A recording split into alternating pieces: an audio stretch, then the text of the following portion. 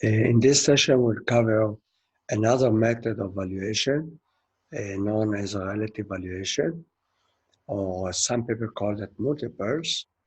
The idea of relative valuation is to value an asset based on other similar assets. For example, if I were to value a house I would like to buy, and the house has 4 rooms, uh, 2 bathrooms, and 1 kitchen and a yard. I would look for a similar houses with the same number of rooms, same numbers of baths, and the same size maybe of the kitchen or the yard.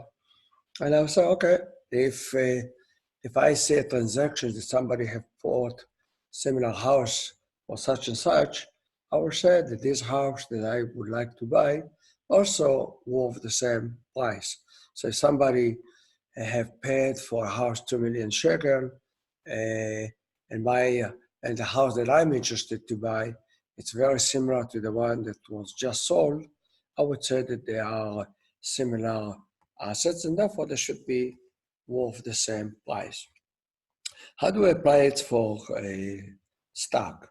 In a stock, we saw the same things. If we have 2 companies doing the same business, they're about more or less the same size, or they have same type of business, they are operating the same segments of businesses, they have some similar leverage, etc., etc. And then I would say, okay, let's look at how much they are being priced in the stock exchange. We know the prices of public companies. We can say, okay, let's see the price of the stock for a comparable company.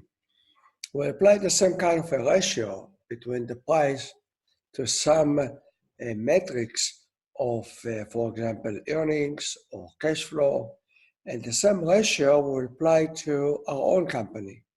For example, if the ratio between price, okay, of a share in a company relative to the earning per share is about 20, that means that the price is 20 times the earning per share.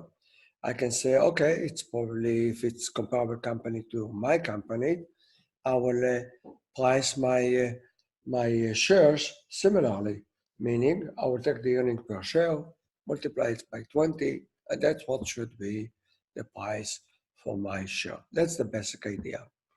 One very important thing to notice between the intrinsic valuation that we used so far to relative valuation.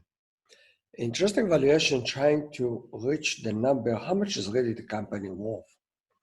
On the other hand, multiples or relative valuation is trying to find how much is my company is being priced today compared to other similar companies. In other words, if let's say the whole market, there's a bubble and all the stock are overpriced, okay? And I'm trying to use multiples, most likely that the value that I will get for my company will be high as other companies. Intrinsic valuation don't have that problem. And therefore, you can say multiples are really kind of a method of pricing relative to other companies at that specific date. On the other hand, intrinsic valuation is a method of trying to understand how much is the real value of a company. I strongly recommend you read the first 2 slides, okay? And that's what really a nice way of summarize. I just summarized the first 2 slides. Go and see the third one that I try to emphasize the differences between the two. And I will even read it to you. In this year evaluation, the objective is finding the value of an asset given its cash flow, growth, and risk characteristics. On the other hand, in relative valuation, the objective is to value an asset based on how similar assets are currently priced by the market. And just by seeing the last few words, you can see if the whole market is overpriced, even my valuation will be overpriced. Now combining this with DCF, if I do a DCF, it really shouldn't be really affected by if a market is overpriced on general, on overall, and I should get the essence value of a company and using DCF. Which method is more popular? You should expect that DCF should be more popular. Unfortunately, relative valuation is really more popular. There's some reasons for that. Relative valuation, some people claim relative valuation is less time and resource intensive than DCF. That means it's very easy to do. I just do a ratio, apply that ratio to my company, and I get a value. Seems very simple. It's easy to explain to people. People say, oh, that makes sense to me. It's very easy. We saw how hard it was to understand the interesting valuations. So relative valuation is very easy to explain, very easy to defend. It's very easy to understand. The biggest problem is, as I mentioned before, is that when I do relative valuation, in fact, I might get the wrong number, and if the whole market is under or overvalued. So let's look at the 4 steps in the process of applying relative valuation, and that's what you should really use in your paper. I will in a minute show you, I made your life a little easy by providing you the relative ratio, so you don't even have to calculate them yourself. So let's start. First of all, I have to find comparable assets, or comparable assets in our case is comparable companies. So if I'm doing Netflix, which companies are are comparable to Netflix? That's not a trivial exercise, but try your best. I strongly recommend you look at the financial, the annual report of the company, and usually in the first half of the annual report, you might find the comparable companies or competitors could be a good comparable companies. The second thing is calculating a matrix, meaning, for example, I can calculate enterprise value over EBITDA. EBITDA, by the way, to remind you, it's EBIT plus depreciation and assets. P over E, it's price over earning per share, okay? So let's take just for example, the easy one, and that's the one I ask you to do for your paper, P over E.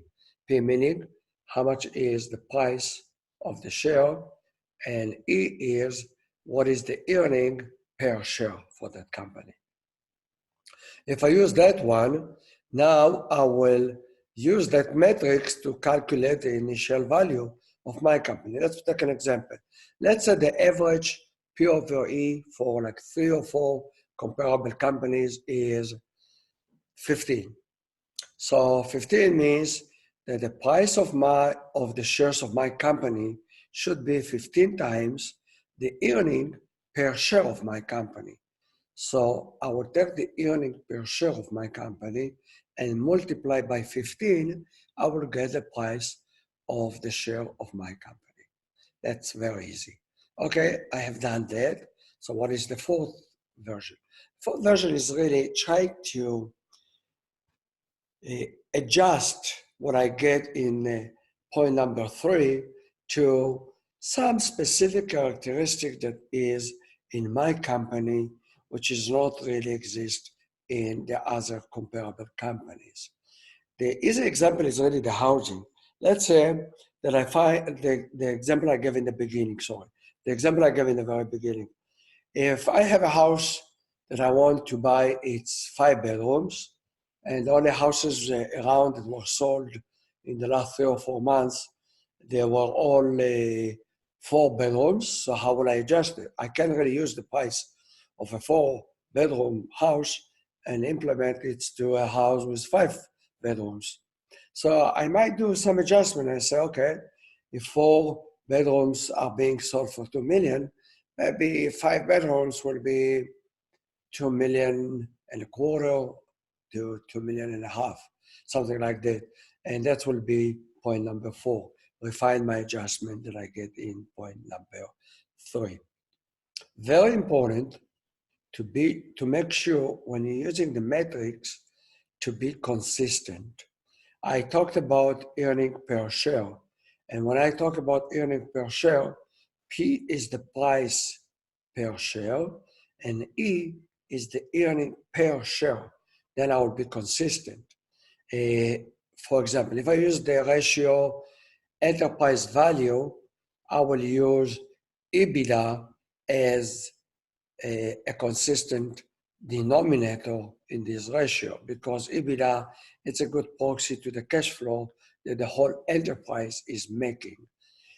On the other hand, if I asked in the exam, will you use enterprise value over net income? You should say it's inconsistent because net income it's only for the equity. So enterprise value divided by net income should not be really a good ratio to use. The same things as P over EBITDA, it's a meaningless, or P over sales is a really meaningless number. If you really want to make the last one a little relevant, at least use EBITDA divided by total shares or sales divided by total shares, but definitely not P over sales. It's a real meaningless number. Some things we should say, if we take the numbers, we better use the same period. So I can already use ratios for 2015 and apply them to numbers for 2018. That will be a nonsense. Yeah. So if I'm using comparable companies, I'll take numbers for the same years as I'm taking for my own company. Okay. Then another things to watch is really if I'm taking comparable companies and I want to see which company is really comparable, I should really look as many characteristics of the companies. Do they have the same type of distribution of those characteristics? And notice that most of the distributions are not really normal, but that will be for more advanced course. Most important is, should I use average of the ratio of comparable companies or should I use median? The one advantage of a median is that it is ignoring outliers, and average is affected by outliers. So if I have 3 comparable companies and one of the comparable companies has a very high ratio, that will bias the results toward the third company, the third or the outliers company. So median take care of that. So it's common to use the median and not the average. Here I put a little table to help you to decide to decide and be consistent in your decision. Let's take an example. Let's say the numerator is the market value of the equity, only the equity, okay? So I put the numerator is the market value of the equity. Definitely the denominator, I should really use, okay, I should use the net income.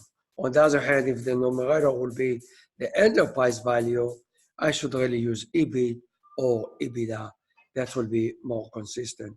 And you can look at the all other examples for consistency. That's a very good slide to go over. One more point, and that's why I emphasize the use of median versus average. Look at distribution of enterprise value to EBITDA. It's definitely not normal distribution. It has a long tail to the right. So if I take the average, I might end up around here. If I take the median, I might turn to be around here, and the median usually ignore those kind of outliers.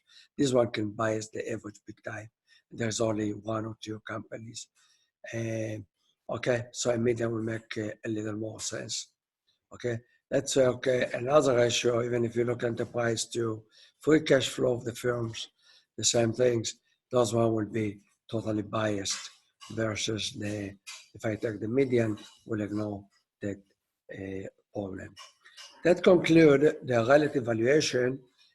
In your paper, you should use the price to earning per share. And to help you, what I did, let me go for a second to the simulation. When you find comparable companies, you can go to those companies. Let's say that this is, let's go to all of them, okay? Let's say I find that this company, I'm just making it up. Let's take 3M, it's one of my favorite companies. Let's say that 3M is a comparable company to my company, okay? Pay attention, when you click here, you get all the data for that company. You can use the P over E that I provided you. So you don't really have to go and calculate it for the comparable companies. So if you use 3 to 4 or 5 comparable companies, just look them up in the simulation, go to the data, and just go down and use that P over E. The only things I ask you to do in the paper is to use the P over E as a criteria to value the company. So let's take an example. If I take 4 or 5 companies, I will find the P over E for each one of them. Second step, I will take the average. Let's say the average came out to be 18. I'll take the 18.